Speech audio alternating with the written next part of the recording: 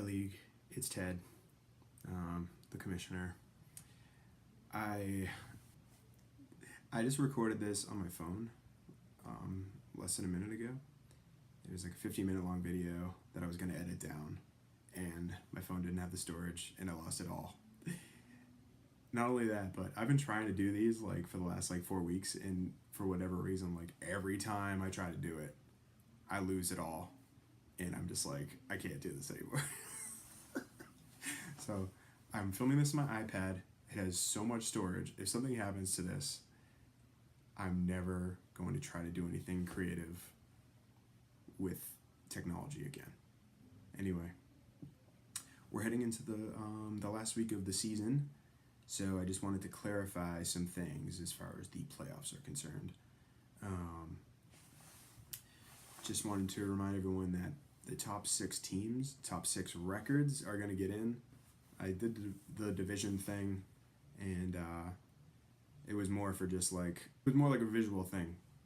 I feel like I mentioned this before, so just don't be upset if the projected playoff bracket has you in, but you're not in, because there are teams with better records, or it's the best records in total, and then total points, right? So that's top 6, and then for 7, if you remember, we have the most total points not in the playoffs is going to get in. And then for 8, it's going to be the best Week 13 performance of teams not in the playoffs. So if you're not top 7, you need to have a monster week, and then you have a wild card shot at the 8th slot. So I made a little breakdown on my lunch break at work, and it's pretty extensive, actually. That's not that extensive, whatever. So we got the top left here. I'll post this somewhere for people to see if it's way too small on your phones or whatever. So we have the standings here. As it stands right now, the top 6 are my dad, myself, Jim and Maria, Travis and Molly, Charlie and David. We have Katie, Cam, right on the fringe, and then unfortunately James cannot get in because of his points. Jack, Colleen, same deal. And then Chris is actually, if you look in the top right here, he's actually the best team not in the playoffs as far as points for is concerned. Cam and Kate are behind him by 23 and 51 points respectively. So that is something to look out for this week. Chris, you want to score a lot of points. Even if you don't win, you want to score tons of points. It actually doesn't even matter if you win. You need points. Then we have the most unlucky team, points against.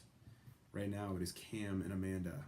They are in the lead by at least 23 points. And if they continue to get clobbered, they will win the prize, the consolation prize as it stands right now, of $36.50. This is the luxury taxes on ads and drops. No, not drops, just ads. So if you remember, we had 2 per week that you were allowed, and then any more than that is 50 cents. So some people went over. I went over by a good amount. I did 14, so that's $7 for me. But the grand prize, I shouldn't say grand prize, but the person, the 1%er who's paying most of your tax here is James, who broke the limit 39 times, which equates to $19.50. So more than half of that consolation prize will be coming straight from James McCarthy, and he has no shot of winning it. All right, so we covered most of the bases there. Now I'm going to go into the Week 13 implications of each matchup. Now, I feel like only one of these, it actually matters who wins, which is a little sad, but a lot of craziness can happen still. So we have my dad and Amanda. My dad versus Cam and Amanda.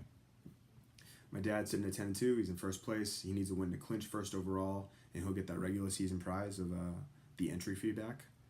So that's a nice thing to get if you have a great season and lose first round. At least you broke even.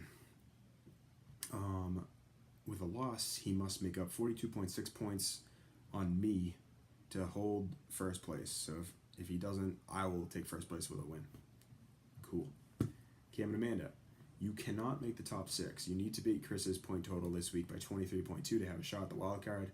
David and Charlie losses may ironically hurt your chances, as they would likely stay above in the standings and take wild card. So even though you think you might want to win, or you think a win might help you, but in reality it might not. So you mostly just want a monster week to try to get the total points and hope that those two teams above you don't lose, because you don't want them falling out of the top 6. For me and James, I need a win and my dad to lose to take first. Like I said, I've clinched at least second. James, despite your record with the lowest season total, not lowest, but with low season long total points, win or lose, you need the highest week 13 point total amongst bottom 5 teams to get into 8th. So you're depending on that wild card slot. You need a big week to get in. But better showing overall, 5-7, not bad. You can finish one game below 500, which is a lot better than last year.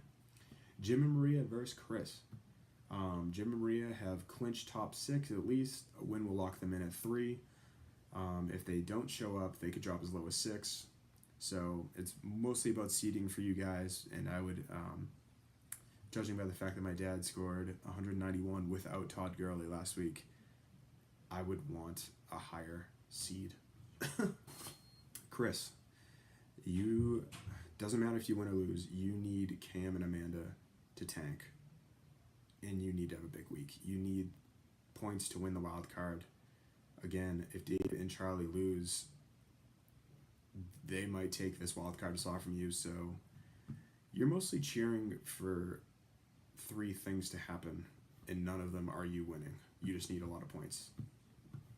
Dave versus Colleen, the first of the spousal matchups. Whatever, is that a word? All right, Dave. A win clinches top 6. A Charlie win clinches at least 6 for you. Your best case, you could end up at 3rd. Your worst case, you most likely get the wild card 8th. So you're basically in. You'd need a catastrophic event to not be in. Colleen, win or lose, you are not in. You need a huge week 13 to be the 8th seed. So do your best to do that. Katie versus Charlie, the second spousal matchup. What? So you're both 6-6, but Katie, because of your low season total points, you must win to get in to the top 6. It could shape out that you could get as high as 4, but you need to win. Total points will not save you. And if not, everyone that's not top 6 is eligible for that 8 slot. So just try to have a big week. Charlie, with a win, you're top 6. You could get as high as 3rd, depending on how other teams do. And just like Dave, if you have a bad week, you most likely will still get the wild card. Jack versus Travis and Molly. We got the sibling rivalry here. Jack, you're 4-8. Your record doesn't matter. You need big week 13 to get the 8 slot, so score a lot of points. Travis and Molly, despite being 9th in season-long total points, wins have helped clinch top 6 playoff berth, and a win will solidify the 4th seed. So you picked good spots to have great weeks, and good spots to have bad weeks, or you just I don't know how that happened. I don't know. You can finish 4th with the 9th total points in the league. That's unbelievable. So that's it. And yeah, I have a note at the bottom here. All teams not clinched have the same shot of locking in at least a slot with most total points week 13. So go big, try to get in, and it should be fun and competitive, because I know that we're all pretty competitive, even though there hasn't been much trash talk anywhere to speak of. And then with some other things here, I was thinking about taking the luxury tax away for the playoffs, just because I don't want teams to be thinking about, oh, this is going to cost me $3 to drop half my roster to have a good roster for this next matchup. So I'm thinking about dropping it once the regular season ends. That's what we'll give those consolation prizes out. And then another thing was I was thinking about the process. Like it really it sucks to start a keeper league from scratch. So I was thinking about if you guys wanted to maybe make this a keeper league. Honestly, I have not like managed my team considering that.